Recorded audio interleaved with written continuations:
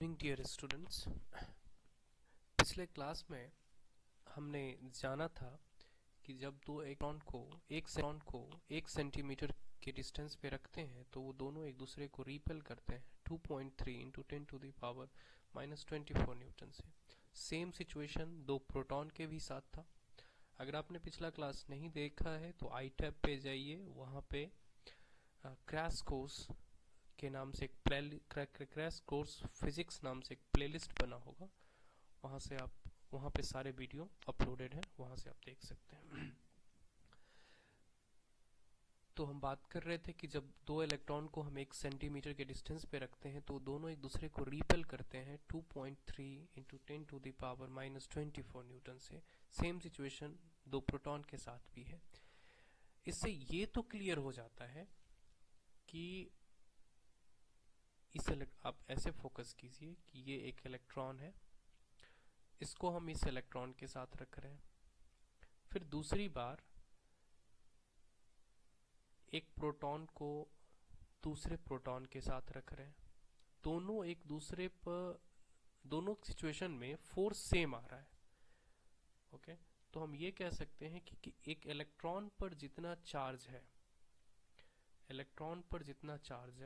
उतना ही charge proton पे, यानी दोनों का स्ट्रेंथ सेम है। यहां से अभी ये क्लियर हुआ कि strength is same.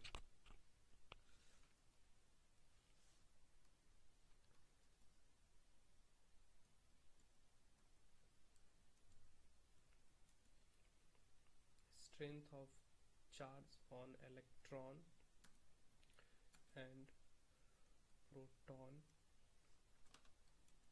Is same.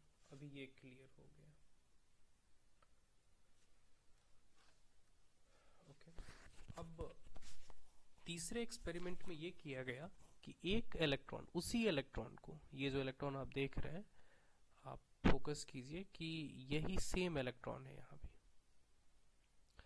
इसी इलेक्ट्रॉन को जब एक प्रोटॉन के साथ रखा गया तो देखा गया, ऐसे आप समझिए, ये इलेक्ट्रॉन है, इस इलेक्ट्रॉन को जब इस इलेक्ट्रॉन के साथ रखा गया तो रिपेल कर रहा था।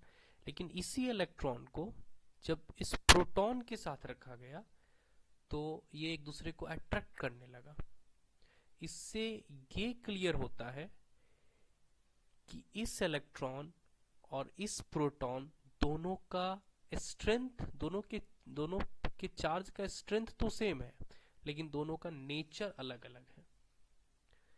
ध्यान दीजिए आप, मैं क्या कहना चाह रहा हूं कि जब इस इलेक्ट्रॉन को एक दूसरे इलेक्ट्रॉन के साथ रखा गया, उसी इलेक्ट्रॉन को, ये वाला जो इलेक्ट्रॉन है, इसी को यहां ले आया गया,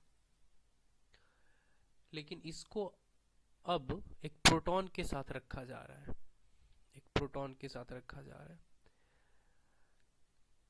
तो एक बार तो वो अट्रैक्ट कर रहा था, लेकिन दूसरी बार रिपेल करने लगा।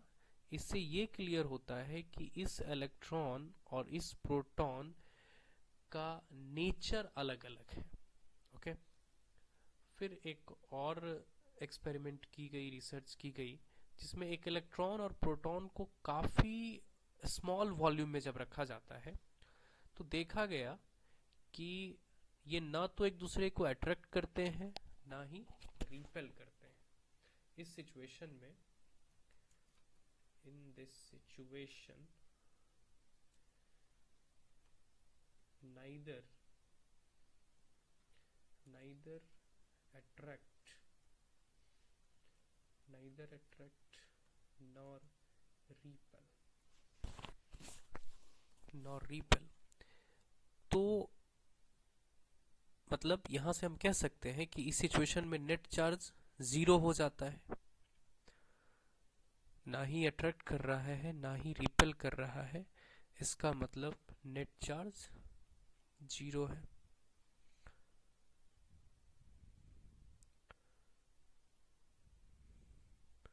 नेट चार्ज 0 है।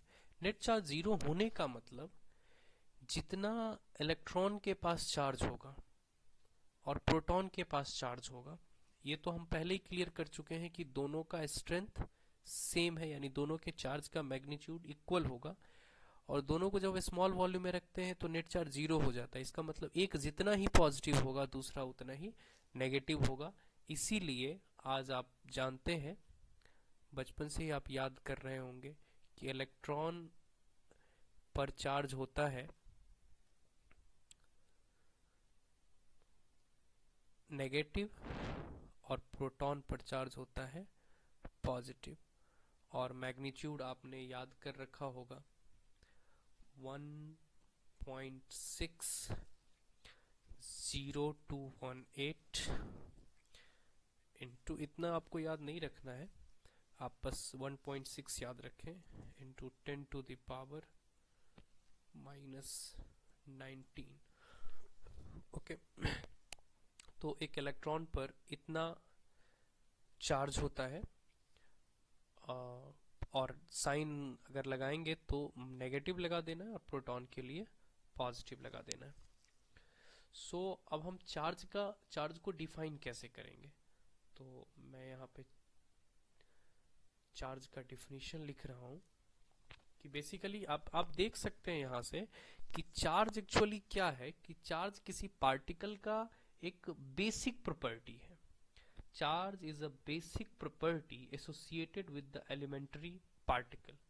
उसको, चार्ज को हम अलग तरह से डिफाइन कर ही नहीं सकते, यह एक बेसिक प्रॉपर्टी है जो किसी पार्टिकल के साथ पाया जाता है।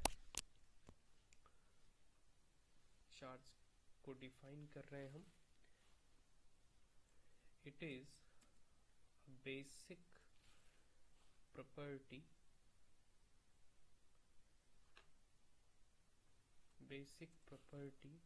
associated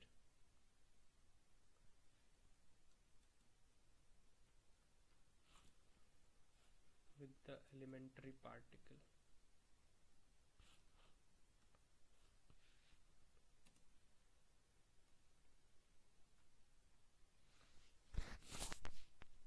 ओके, तो हमने चार्ज के बारे में बेहतर जाना, अब हम आगे बढ़ते हैं।